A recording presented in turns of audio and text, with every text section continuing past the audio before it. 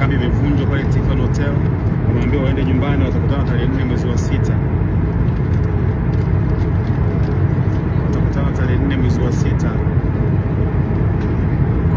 kwa ajili ya kambi ya 2026, kwa ajili ya kambi ya kwenda World Cup ya dunia.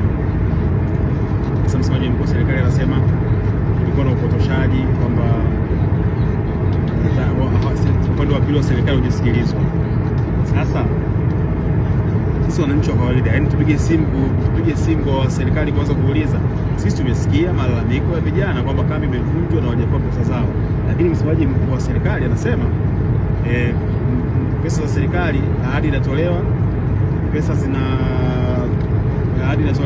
inapangwa bajeti, pesa zinatafutwa ili vijana walipwe. Sawa. Sasa wale machawa wapambe, bunge wa CCM waliotoka bungeni walipangiwa bajeti lini, pesa litafutwa lini ili wao kwenda Morocco. Kulikuwa na pesa imewekwa pembeni, wametengewa pesa pembeni, wakaambia pesa hii hapo waende Morocco, almost milioni 500 mpaka milioni 600 kutumika kuwapeleka na kurudisha kwenye ile ndege la Dreamliner 787-8.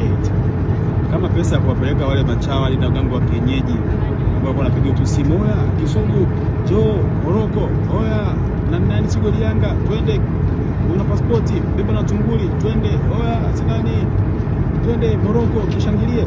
Umeenda mpaka watu ambao kushangilia, mmeacha mpaka hata wazazi wa watoto. Sasa swali letu, kama kulikuwa na pesa ya kuwapeleka machawa wapambe hadi na gango wa kienyeji, kupeleka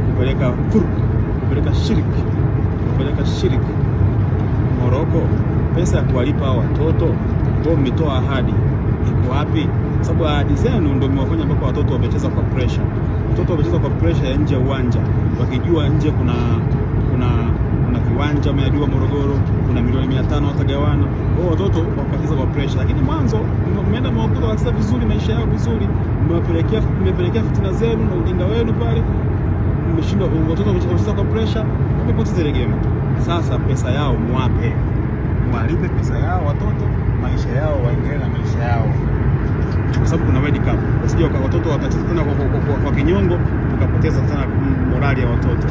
Acheni balaa hilo. 2025 mliwapa laki 5, 2024 mliwapa laki 7, juzi mmewapa milioni 2. Wapeni watoto pesa zao.